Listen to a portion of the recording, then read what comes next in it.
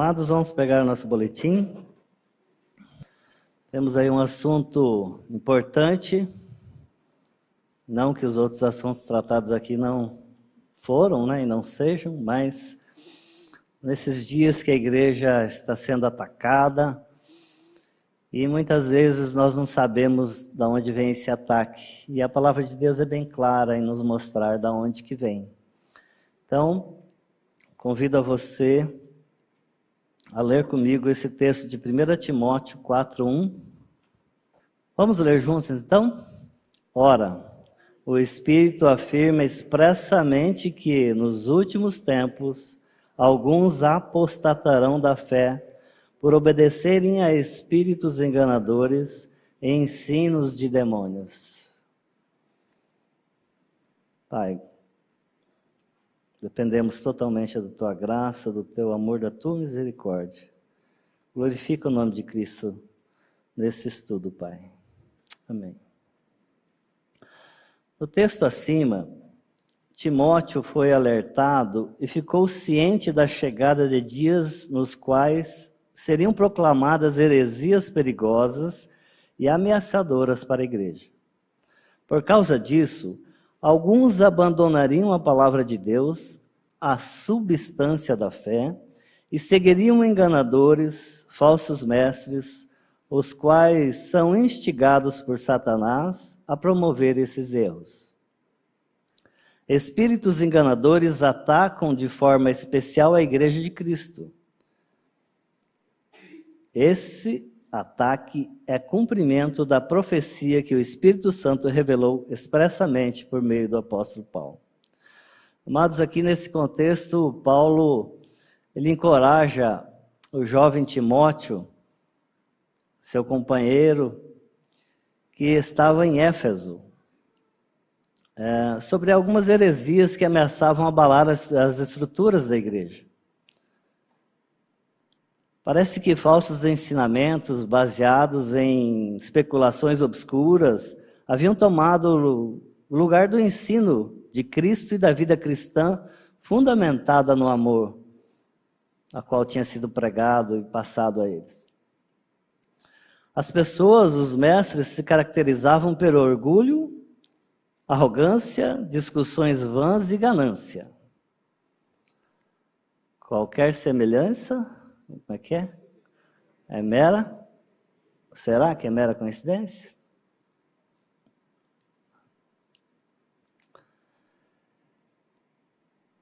Desde que essa promessa foi entregue, muito tempo já se passou.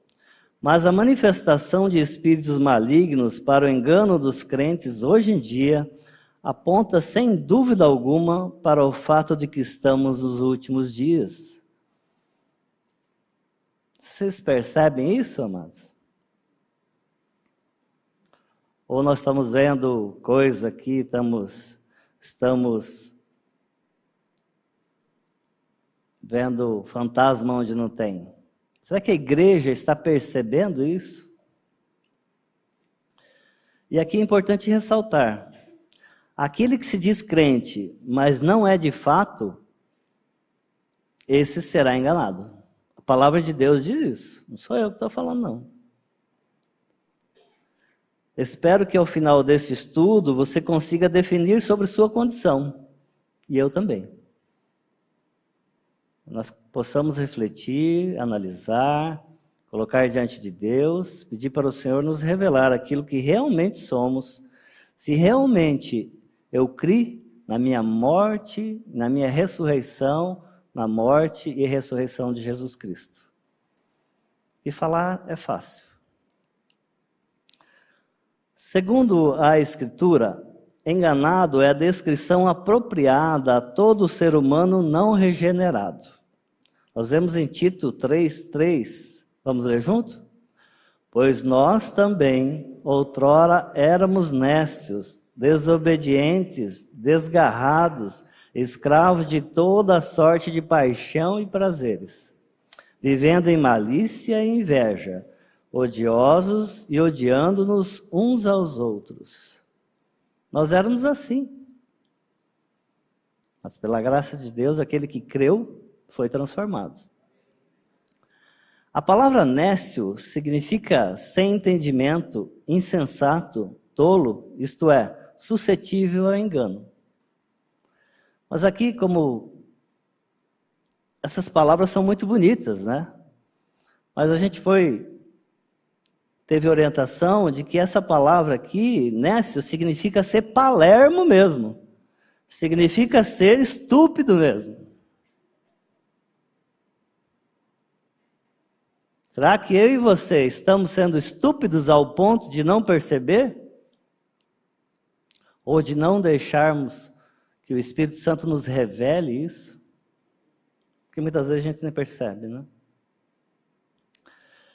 O Deus desse século, Satanás, acrescentou a isso o cegar do entendimento para que a luz do Evangelho de Cristo não ilumine nas trevas. Paulo diz em 2 Coríntios 4, 3 e 4, se o nosso Evangelho ainda está encoberto, é para os que se perdem que está encoberto, nos quais o Deus desse século cegou o entendimento dos incrédulos, para que lhes não resplandeça a luz do Evangelho da glória de Cristo, o qual é a imagem de Deus. O Evangelho está obscuro para você ainda? Peça ao Senhor. Cuidado com a cegueira que Satanás quer colocar em nossos olhos e mente. Lembre-se que a nossa batalha é espiritual e precisamos de discernimento do Espírito Santo para poder ver a realidade com os olhos do Senhor. O inimigo tenta cegar nosso entendimento para que vejamos na perspectiva dele todas as coisas. E quando não consegue, tenta nos convencer a usar armas da carne e não as armas do Espírito. Meus amados, nós precisamos estar atentos para isso. Qual o Espírito que nós estamos ouvindo? O que está nos levando no dia a dia? Quando nós olhamos para o livro de Gênesis, nós temos a história do jardim, com um casal desatento ao perigo dos seres malignos. Podemos ver registrada a primeira obra de Satanás como enganador e a forma sutil do seu método.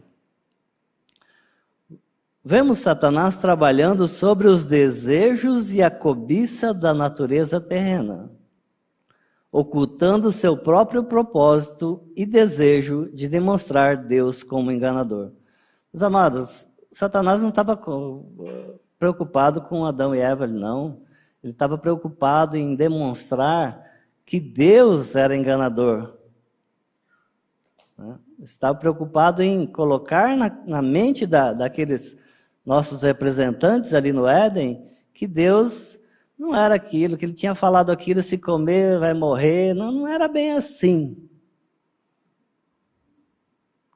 E muitas vezes hoje nós vemos pessoas indo atrás de coisas, não é bem assim, é uma verdade para você isso, para mim não é tão verdade isso, né? É um princípio bíblico para você, mas para mim já é um pouco diferente. Olha a sutileza sobre os nossos desejos e a nossa cobiça. Satanás usa a aparência do bem para trazer o mal. Essa é a maneira como ele age para enganar o mundo e, se possível fosse, enganar os próprios eleitos. Vamos ler junto Mateus 24, 24, na versão Almeida Corrigida Fiel. Porque surgirão falsos cristos e falsos profetas, e farão tão grandes sinais e prodígios, que, se possível fora, enganariam até os escolhidos. Ou os próprios escolhidos, né? Se possível fosse, porque aquele que Cristo resgatou, amado, não fique na dúvida. Se ele realmente resgatou, ninguém vai tirar da sua mão. Aquele que o Pai lhe deu, esse não vai escapar de forma nenhuma. Não adianta o maligno vir falar através de circunstâncias, através de problemas, e você, você foi salvo, mas você não está agindo conforme. Não caia nessa. O espírito do maligno vem como alguém ou algo que aparentemente nos leva na direção do bem, na direção de Deus, mas ao final dá em perdição.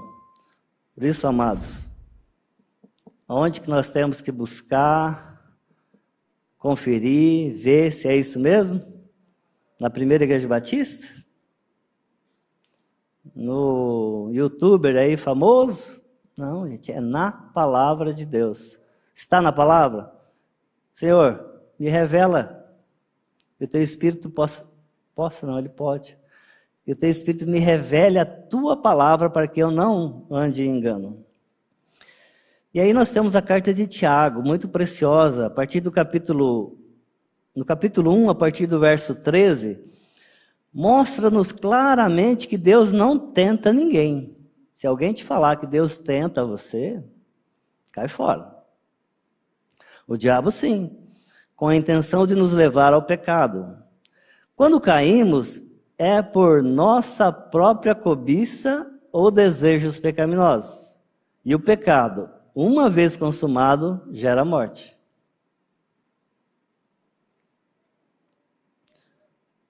O diabo ele não tem poder de produzir pecado em você. Ele sugere, ele indica. Aonde você estiver firmado, você vai. Eu queria pedir permissão para vocês para ler um trecho de um livro. Aliás, não ganho nada com isso, mas Rick Warren, ele escreveu esse livro, Uma Vida com Propósitos. Livro muito precioso, pelo menos para mim. E um determinado trecho aqui ele fala o seguinte. Presta atenção. Deixa-me fazer uma pergunta difícil. O que você finge não ser um problema na sua vida? De que assunto você tem medo de falar? Você não irá resolver esse problema sozinho. Não adianta você deixar falar assim, deixa comigo que eu resolvo. Não cai nessa, meu amado. Sim, é humilhante admitir fraquezas perante outras pessoas, mas é exatamente a falta de humildade que o impede de melhorar. A Bíblia diz, Deus se opõe aos orgulhosos, mas favorece os humildes. Portanto, humilhem-se diante de Deus. Tiago 4, 6 e 7. Após termos nos humilhado e nos submetido a Deus, somos orientados a desafiar o diabo. Tem muita gente que tem medo do diabo porque não está com a arma correta. E ele fugirá de vocês. Isso está na parte final do Tiago 4, 7. Não nos resignemos passivamente diante de seus ataques. Devemos contra-atacar.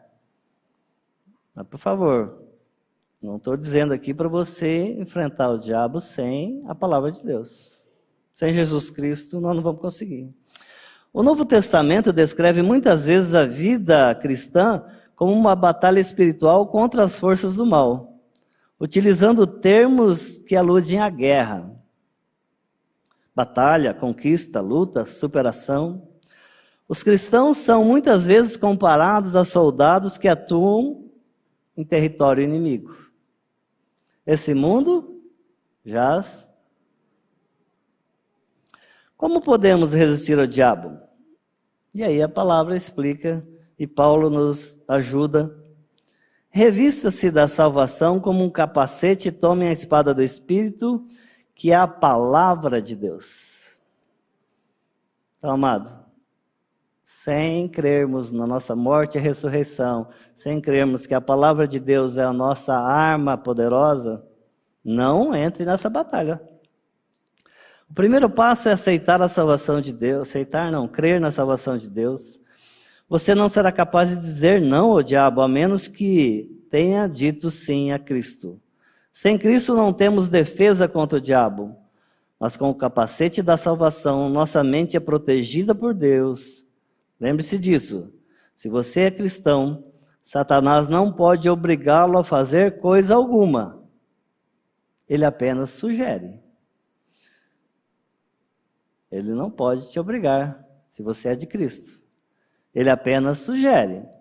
Então, muitas vezes nós colocamos a culpa no diabo aí, nós temos que rever esse pensamento.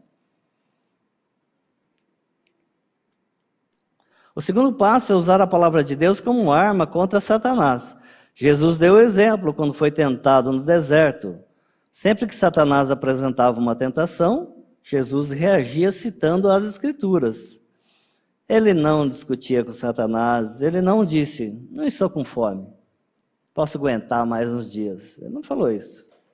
Quando foi tentado a usar seu poder para suprir uma necessidade pessoal, ele simplesmente citou as Escrituras. Devemos fazer o mesmo. Há poder na palavra de Deus e Satanás a teme. Ele não teme a nós, ele teme a palavra de Deus. Nós possamos meditar nisso. Vamos continuar.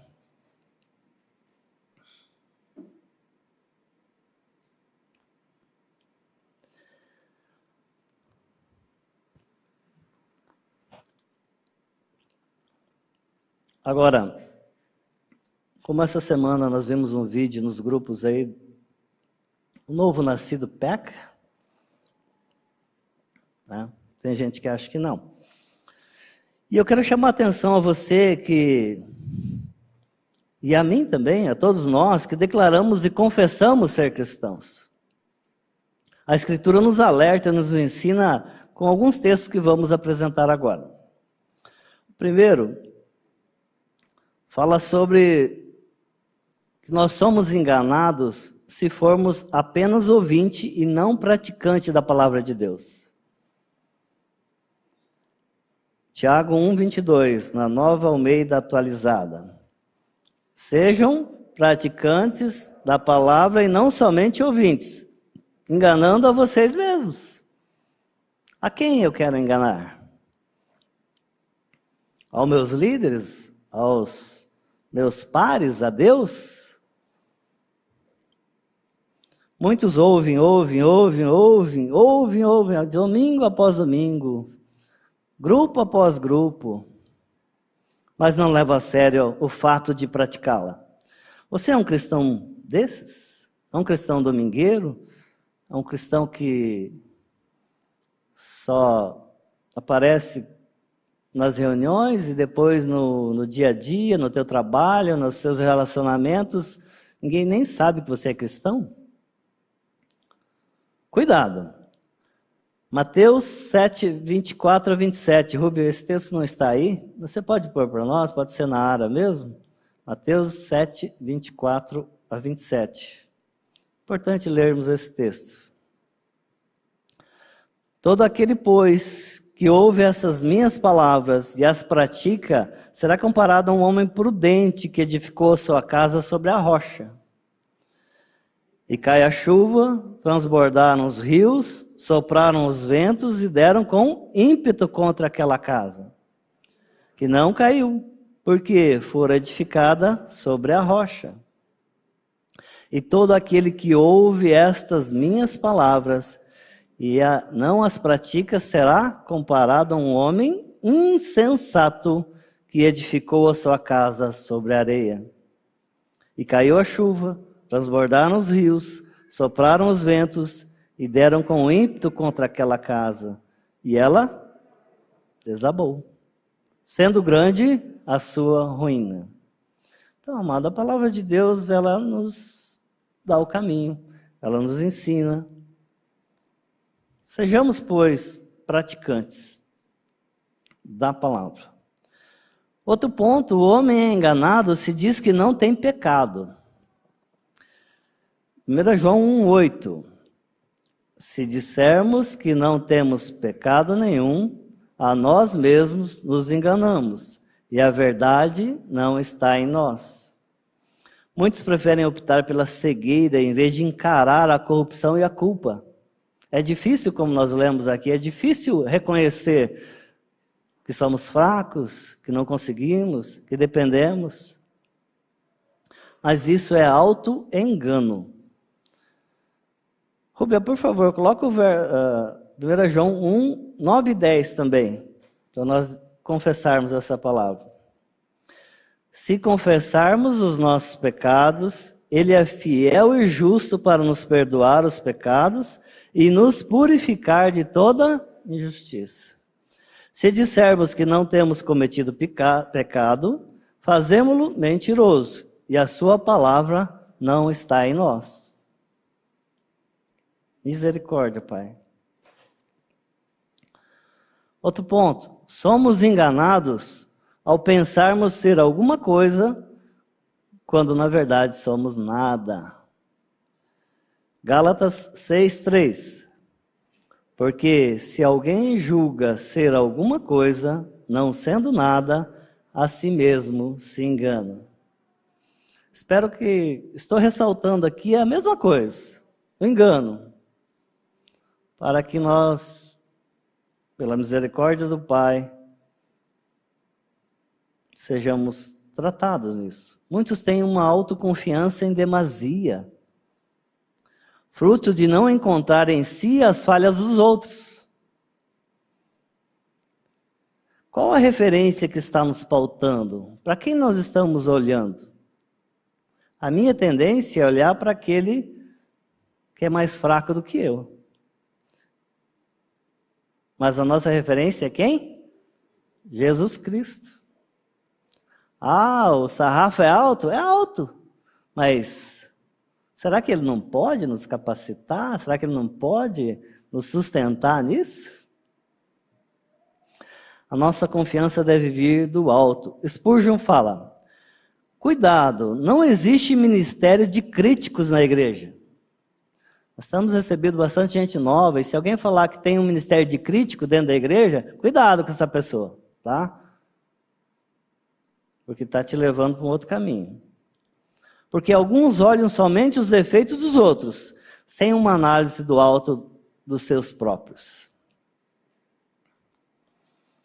Somos enganados quando pensamos ser sábio de acordo com a sabedoria deste mundo. 1 Coríntios 3, 18 e 19. Ninguém se engane a si mesmo. Se alguém dentre vós se tem por sábio neste século, faça-se estulto para se tornar sábio, porque a sabedoria deste mundo é loucura diante de Deus. Porquanto está escrito, Ele apanha os sábios na própria astúcia deles. A palavra estulto significa ser tolo, incrédulo. Para o cristão ser verdadeiramente sábio, ele deve estar disposto a ser um tolo na opinião do mundo. Deus considerava e considera ainda vã a sabedoria deste mundo. Eu tive algumas oportunidades logo que Deus me levou e me transformou, de conversar com alguns amigos, né? E eu fui chamado muitas vezes de tolo. E eu realmente era, porque eu queria convencer as pessoas. Né? Aquele anseio de você levar a pessoa a conhecer Jesus Cristo, você às vezes atropela e faz as coisas de uma forma... Mas... se você é chamado de tolo por esse mundo, e Cristo é a sua vida, você não vai se abalar. Nós somos enganados quando, aparentando ser religiosos, nossa língua descontrolada revela a nossa verdadeira condição. E aí nos pega, né? Tiago 1,26. Se alguém supõe ser religioso, religioso aqui no ser devoto, né? Deixando de refrear a língua, antes enganando o próprio coração, a sua religião, a sua devoção é vã, não serve para nada, serve para atrapalhar ainda mais. O falar correto do verdadeiro cristão é o exercício do cuidado com as palavras que falamos. Segundo o que Deus diz, né, nós devemos ter muito cuidado. E aí, fazer uma propaganda aqui dos estudos do pastor Maurício, sobre a língua, né? Semana que vem é o terceiro, Maurício. Terceiro estudo sobre a língua. E são coisas pesadas, mas que nós precisamos estar atentos. Porque o nosso falar pode abençoar, mas pode matar. O homem é enganado quando pensa que vai colher algo diferente do que semeou. Gálatas 6:7. Não vos enganeis, de Deus não se zomba, pois aquilo que o homem semear, isso também ceifará. Isso é muito sério, amados. Mas tem gente que não se dá conta, acha que Deus não está nem aí para isso. Vou fazer assim, depois... Não se iluda, o que pode fazer e desfazer, e Deus não está nem aí. Cuidado, aquilo que você lança, volta.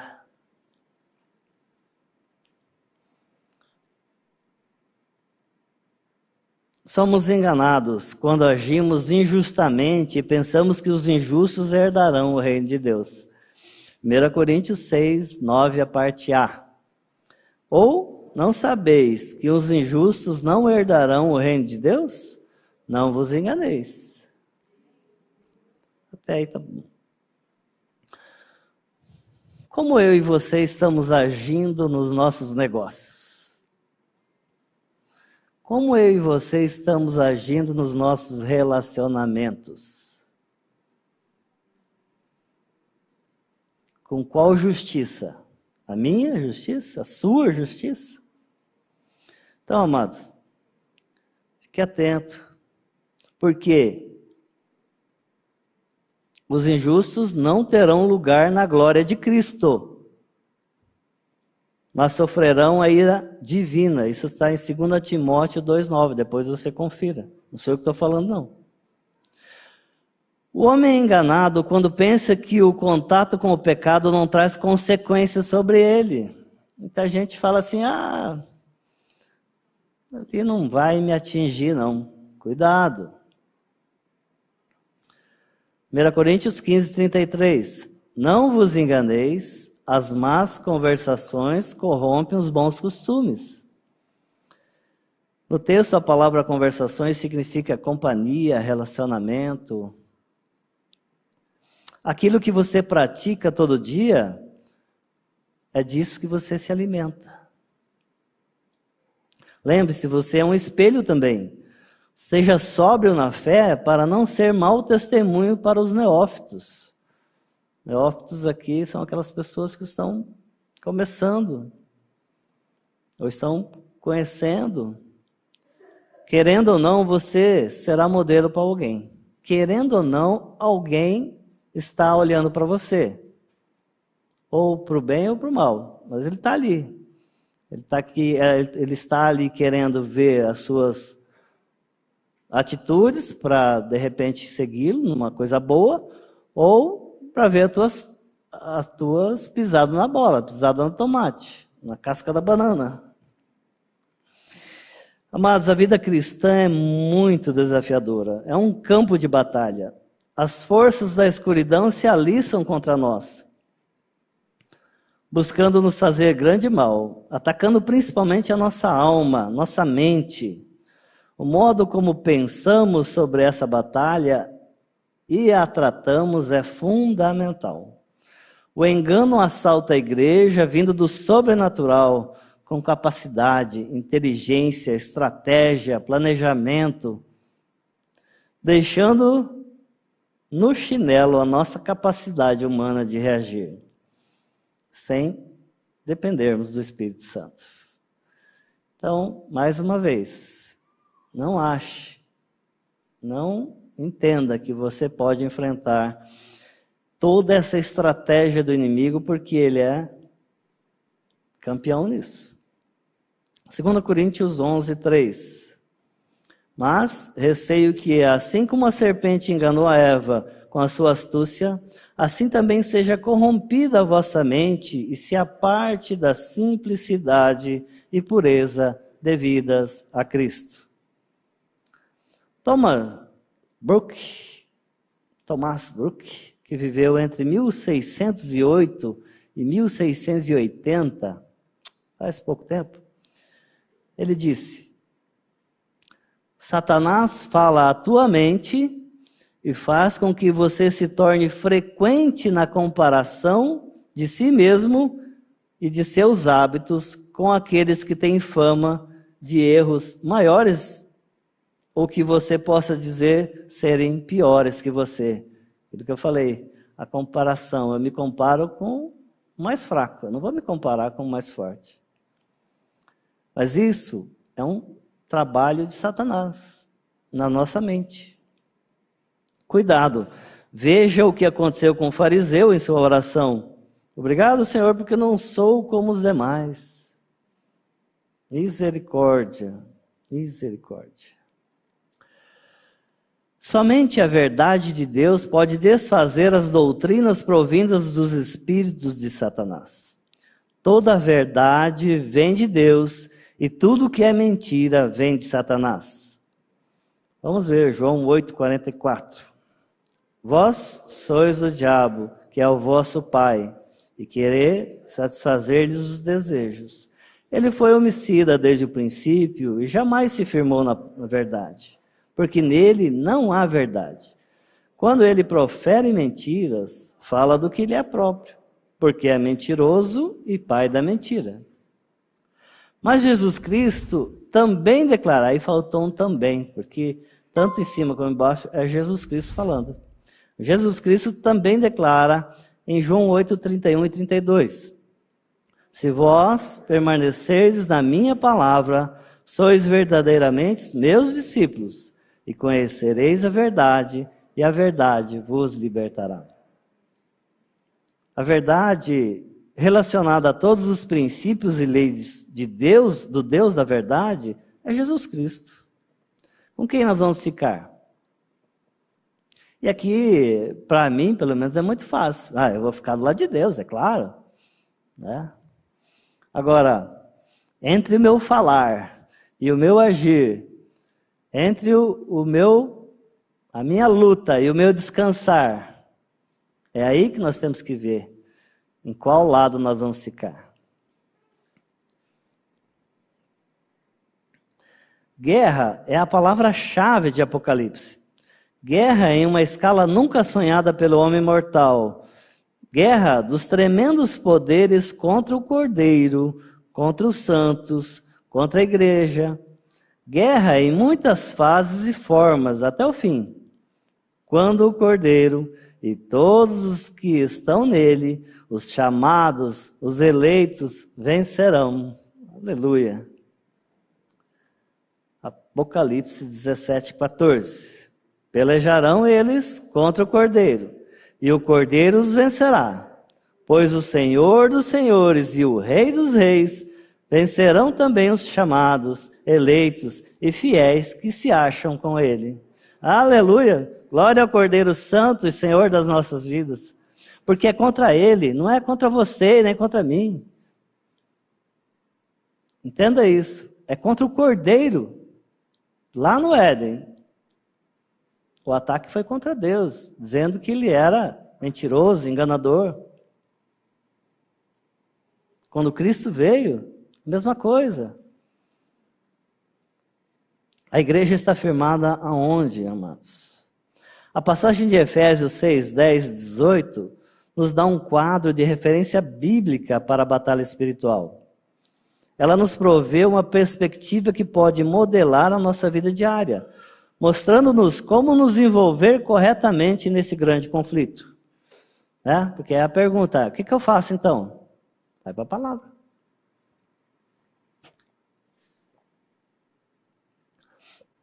Hildo, vocês têm a chave, os 7 passos, os 12 passos? Não, não temos. Nós temos a palavra de Deus.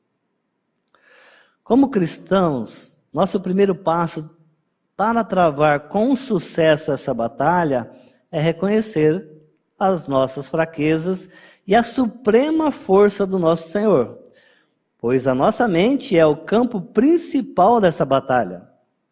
A autossuficiência é letal. A dependência de Cristo é crucial, amados. É crucial. E vem de cruz. Porque foi na cruz que ele venceu o diabo e seus anjos. E aí estamos chegando já ao final, mas quero colocar essa Efésios 6, 10 a 18, como nós falamos, né? Só que na versão da mensagem, que fala de uma forma tão interessante. Preste atenção. Para encerrar, lembro que Deus é forte e que quer que vocês sejam fortes. Tomem tudo o que o Senhor providenciou para vocês. Armas eficazes, feitas com o melhor material. Vocês terão de usá-las para sobreviver às emboscadas do diabo. Não se trata de um jogo com amigos no final de semana. Uma diversão esquecida em poucas horas. É um estado de guerra permanente. Uma luta de vida ou morte com o diabo e seus anjos. Estejam preparados. Vocês lutam contra algo muito maior que vocês. Aceitem toda a ajuda que puderem, toda a arma que Deus providenciou, para que no fim da batalha vocês ainda estejam de pé. Verdade, justiça, paz, fé e salvação são mais que palavras. Aprendam a utilizá-las. Vocês vão precisar delas a vida inteira. A palavra de Deus é uma arma indispensável. A oração também é essencial nessa luta incessante. Orem o tempo todo e com fé. Orem pelos irmãos na fé. Mantenham os olhos abertos. Encorajem-se mutuamente para que ninguém venha a cair ou vacilar. Olha que palavra maravilhosa.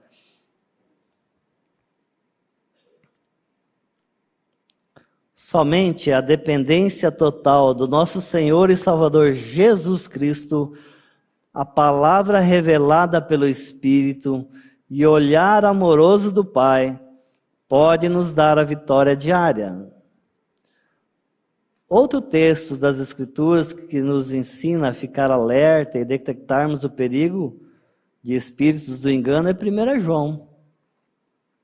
1 João 4, de 1 a 6. Vamos pôr esse texto, Rubio? Está um pouquinho corrido, mas vamos lá. Não tem problema não. A palavra de Deus nunca é demais. Vamos relembrar isso que é falado aqui. Amados, não deis crédito a qualquer espírito. Antes, provai os espíritos se procedem de Deus. Porque muitos falsos profetas têm saído pelo mundo afora. Nisto reconheceis o Espírito de Deus. Todo espírito que confessa que Jesus Cristo veio em carne é de Deus. E todo espírito que não confessa Jesus não procede de Deus. Pelo contrário, este é o espírito do anticristo, a respeito do qual tendes ouvido que vem e presentemente já está no mundo. Filhinhos, vós sois de Deus e tendes vencido os falsos profetas, porque maior é aquele que está em vós do que aquele que está no mundo. Eles procedem do mundo, por essa razão falam da parte do mundo, e o mundo os ouve. Nós somos de Deus. Aquele que conhece a Deus nos ouve. Aquele que não é da parte de Deus não ouve. Nisto reconhecemos o espírito da verdade e o espírito do erro. Amém? Estamos vendo e percebendo que o nosso manual, a Bíblia, nos ensina como agir e reagir nesse mundo. Basta que conheçamos, creiamos e pratiquemos seus ensinamentos, sempre na dependência do Espírito Santo do Pai. E por último, quero deixar aqui também as palavras de Charles Spurgeon, proferidas também ontem quase, em parte do sermão no dia 19 de julho de 1868. Permita-me lembrar que Jesus Cristo está vivo. Simples como é esta verdade, você ainda assim precisa lembrar-se dela. Costumamos estimar o poder da igreja olhando para seus pastores, suas ordenanças e seus membros. Mas o poder da igreja não está aqui. Está no Espírito Santo e num Salvador sempre vivo. Jesus Cristo morreu, é verdade, mas ele vive e podemos realmente encontrá-lo. Disse que os milagres cessaram. Os milagres naturais, sim, mas não os milagres espirituais. Não temos poder para operar nenhum nem outro. Cristo tem o poder de operar qualquer tipo de maravilha. E Ele ainda deseja e pode, no presente momento, operar milagres espirituais no meio da sua igreja. Aleluia! Porque Ele vive, eu posso crer no amanhã. Amém? Deus nos abençoe e faça-nos praticantes da sua palavra. Pai, muito obrigado por esse privilégio de deixar que o Teu Espírito nos revele a Tua verdade, Pai. Que isso seja uma verdade nas nossas vidas, que isso seja um constante em nossas vidas, Senhor. Continue glorificando o nome de Jesus Cristo nessa comunidade, na Tua igreja, para a honra e glória do Senhor Jesus. Amém.